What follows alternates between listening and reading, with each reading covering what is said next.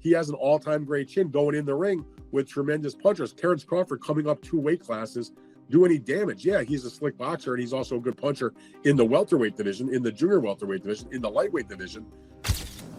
But I do believe that if you can box and you can move, that you can beat Canelo. You can outpoint him.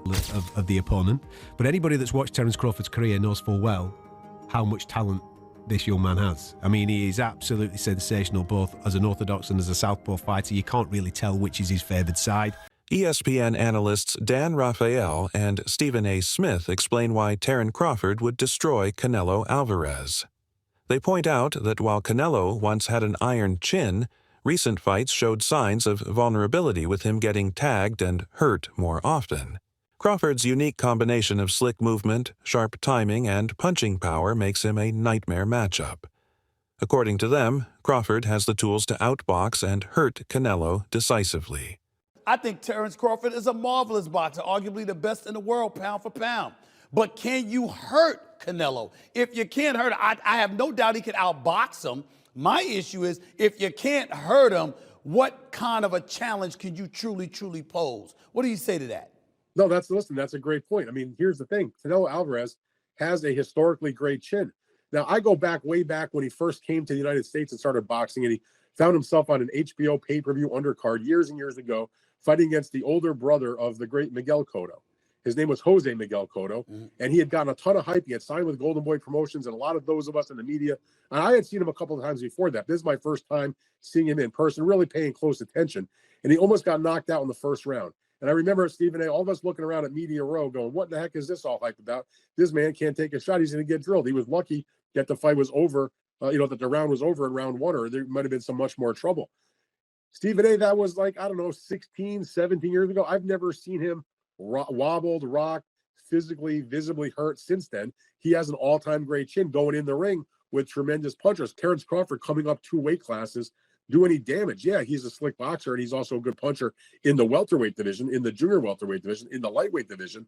But even at junior middleweight, which is where Terence Crawford had his most recent fight back in August, when he moved up and he won a world title, he didn't blow the doors off. He fought a very tough, solid opponent named Israel Madrimov. He gave him a good fight. It was very close. Madrimov's people seem to think he might have even been able to edge it out.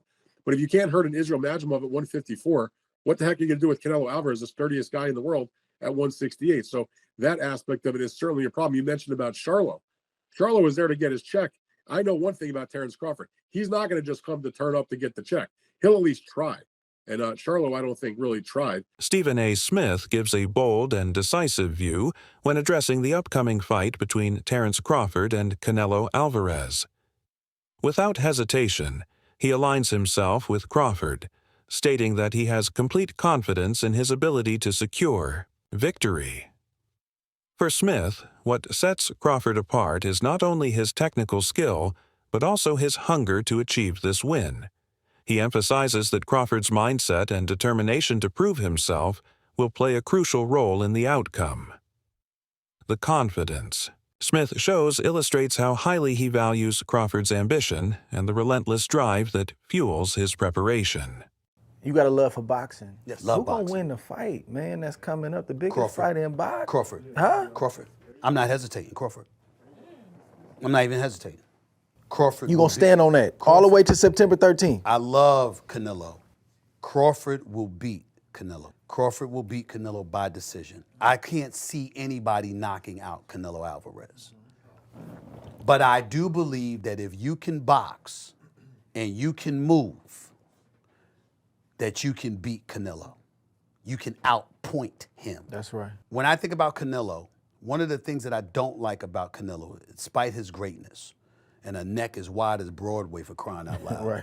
It's like almost every shot has to be a power shot. It's a power shot, yeah. That's not beating Crawford.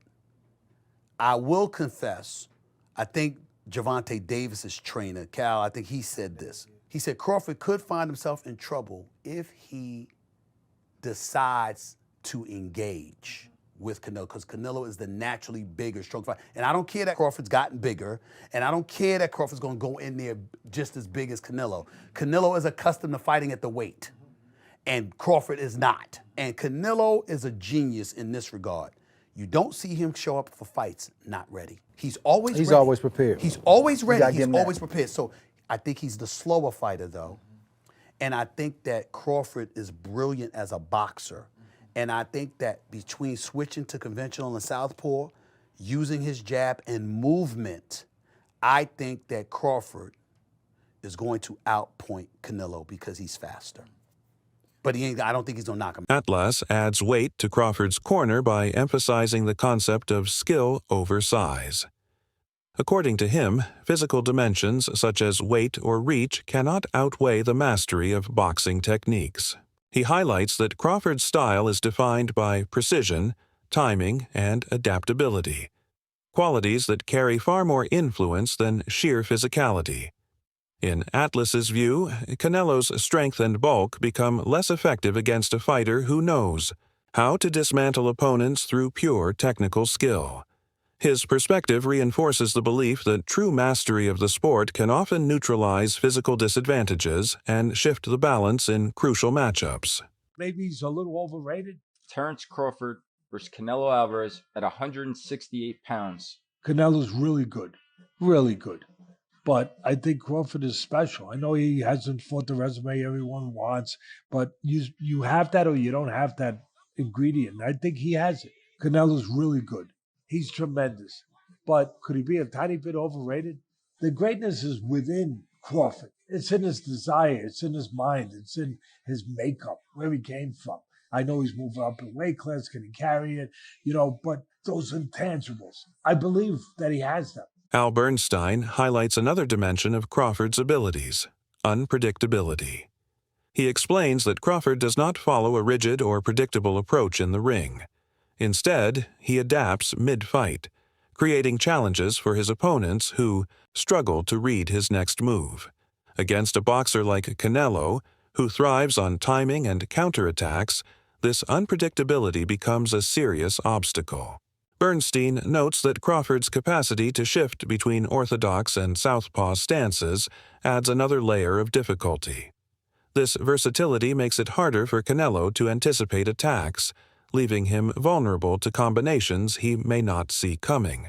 Most fans or most people would probably say Crawford, I'm guessing, because that's a big part of how he's won, and everybody feels that and rightfully so, the way he's figured out. I mean, he's constantly changing from lefty to righty. He's a person that alters his attack. Sometimes he's a boxer. Sometimes he's walking people down. Canelo's style is more the same in most fights. He is a counterpuncher who's waiting for you to make your move so he can counterpunch you. Then when he has you in trouble, he's willing to move forward. His attack is a pretty straightforward one. On the face of it, you might say Crawford, but I think the thing about Canelo Alvarez is that he has seen every style that you can see. Gareth A. Davies turns his attention to Terence Crawford's extensive experience, highlighting that the American has been competing professionally for over 15 years. This remarkable longevity in the sport has sharpened his instincts, refined his ring IQ, and given him the ability to stay calm under extreme pressure. Davies stresses that Crawford's skill set has never been in question, pointing out that his resume reflects consistent excellence against top-tier opponents. Over the years, Crawford has faced a variety of styles: power punchers, slick... Please subscribe my YouTube channel, Boxing Fight Scope, for latest news of boxing.